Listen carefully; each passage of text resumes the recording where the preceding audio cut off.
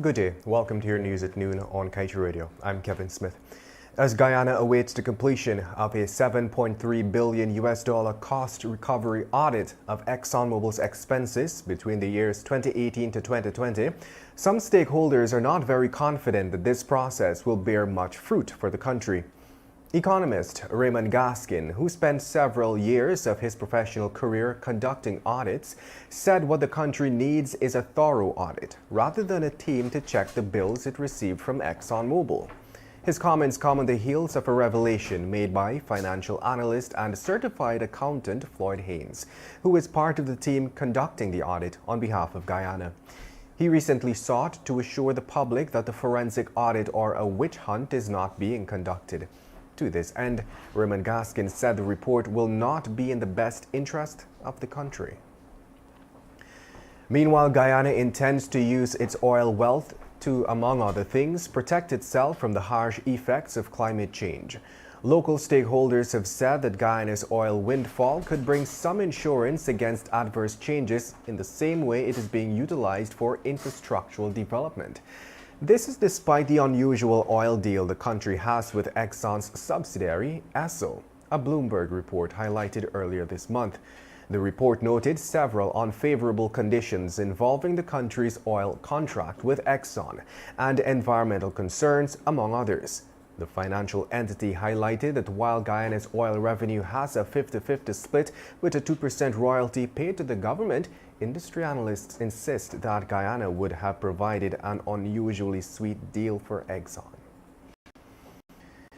And in support of the government's efforts to accommodate increased vessel activity in Guyana, in-river construction works have been accelerated for the Berbice deepwater port. In fact, construction has commenced for a 50 by 12 meter access trestle from the port's quayside yard westward into the Berbice River.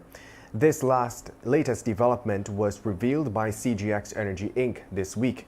The Canadian oil company with deep Guyanese roots is pursuing the port through its subsidiary, Grand Canal. CGX said construction of the wharf perpendicular to the trestle will follow after the necessary dredging has been completed.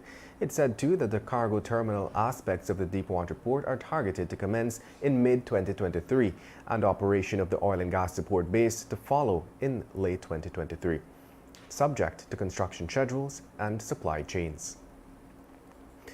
In other news, a $161 million early childhood center for excellence was on Monday commissioned at UG Turkine campus. The center is funded by the government through the Basic Needs Trust Fund Guyana and the Caribbean Development Bank. Dr. Lyndon Lashley, director of the center, said that the aim of the center is to provide opportunities for young learners to explore, grow, develop, innovate, invent, and create. According to the director, there are currently 102 learners enrolled in the center. It has 24 staff, which comprises retired teachers, caregivers, and cleaners. And just before we head to a short break, let's tell you that Canadian High Commissioner to Guyana, Mark Berman, has confirmed that the Guyanese authorities have signaled their interest in having visa-free talks.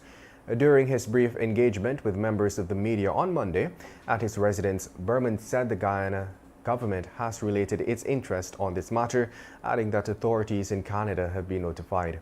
While Guyana has already seen a visa waiver by the United Kingdom to promote business relations, Berman said the Canadian visa policy is different. The High Commissioner stressed that his country's visa requirements are premised on different issues, which he did not disclose at the time.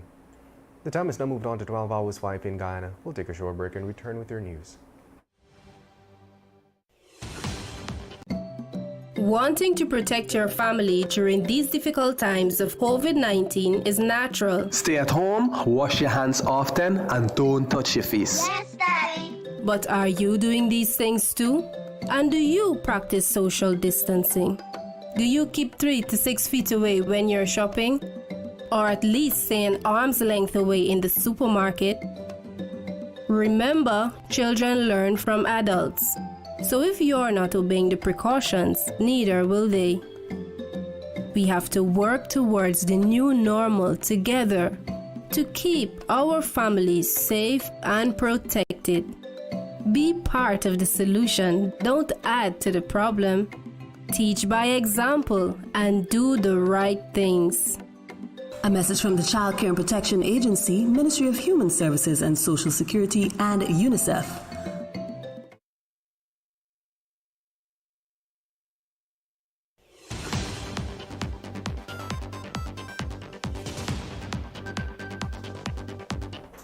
Welcome back. Let's continue with the news. A Canadian trade mission currently here until December 2nd is set to take a deep dive for opportunities and critical partnerships that abound in Guyana's growing energy market. Canadian High Commissioner to Guyana, Mark Berman, on Monday welcomed the Newfoundland companies that are part of the trade mission at his residence. The envoy pointed out, for example, that BMS North America is on the verge of executing a contract with an internationally branded hotel being constructed in Guyana for its all-in-one packaged sewage treatment plant. With the boom in commercial and residential construction in Guyana, Berman said he expects that this is just the beginning for BMS North America in Guyana and the region.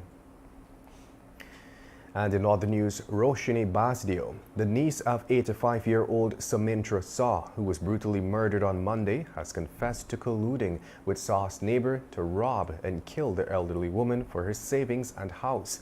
It is understood that the 37-year-old woman confessed on Monday night while in police custody. Investigators are currently on the hunt for the neighbor. We were reliably informed that Basdio and Saw's neighbor agreed that he would take the woman's savings amounting to $350,000 and purchase a motor scooter, while she would be, by virtue of her relationship with the woman, covet the house. Saw, known as Auntie Betty of Section B, Bush Lot, West Coast, Berbice, was found laying face up on her bed with bloodstains about her body. She was stabbed 6 times. Once each to both sides of the temple, 3 to the forehead, and 1 to the back of the head. And moving on, a Belvedere Village quarantine Berbice couple were on Monday arrested after police found a Beretta handgun and 20 live rounds of ammunition hidden at the bottom of a toy car. Police said that they were acting on information received. At about 16 hours 30, ranks visited the Belvedere Village, home of a 49-year-old hire car driver and his 35-year-old wife. A search was conducted during the intelligence-led operation, and the gun, along with the ammunition, was found hidden in an electric toy car. The duo was told of the offense, cautioned, and arrested. Meanwhile, Okemi Omali Hari, the minibus driver caught on camera assaulting 2 traffic officers last Saturday, was on Tuesday slapped with 13 charges when he appeared before Magistrate Rochelle Liverpool at the Sparendam Magistrates Court on the east coast of Demerara.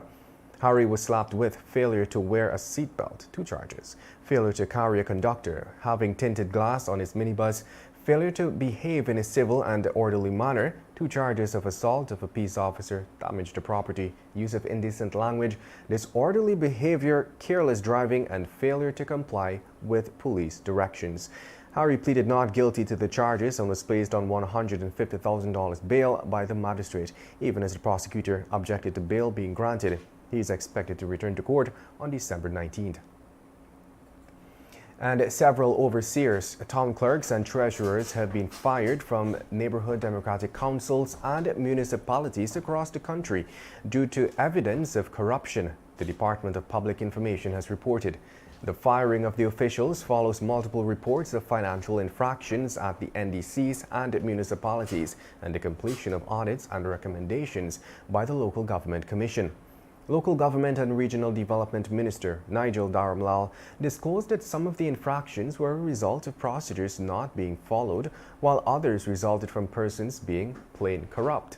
He disclosed that cases requiring criminal prosecutions are underway. And at this time, we turn to pages of today's Kaieteur News to page 7 to close things off by being blunt.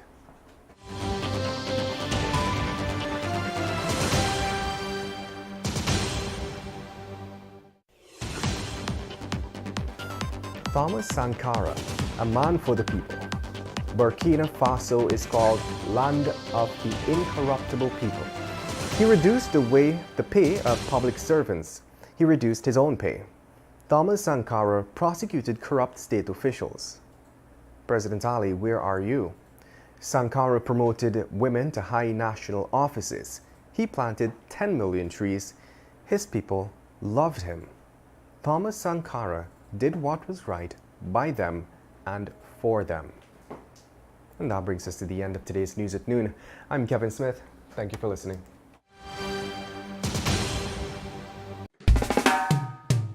And that's the news of the moment. Remember to get the full details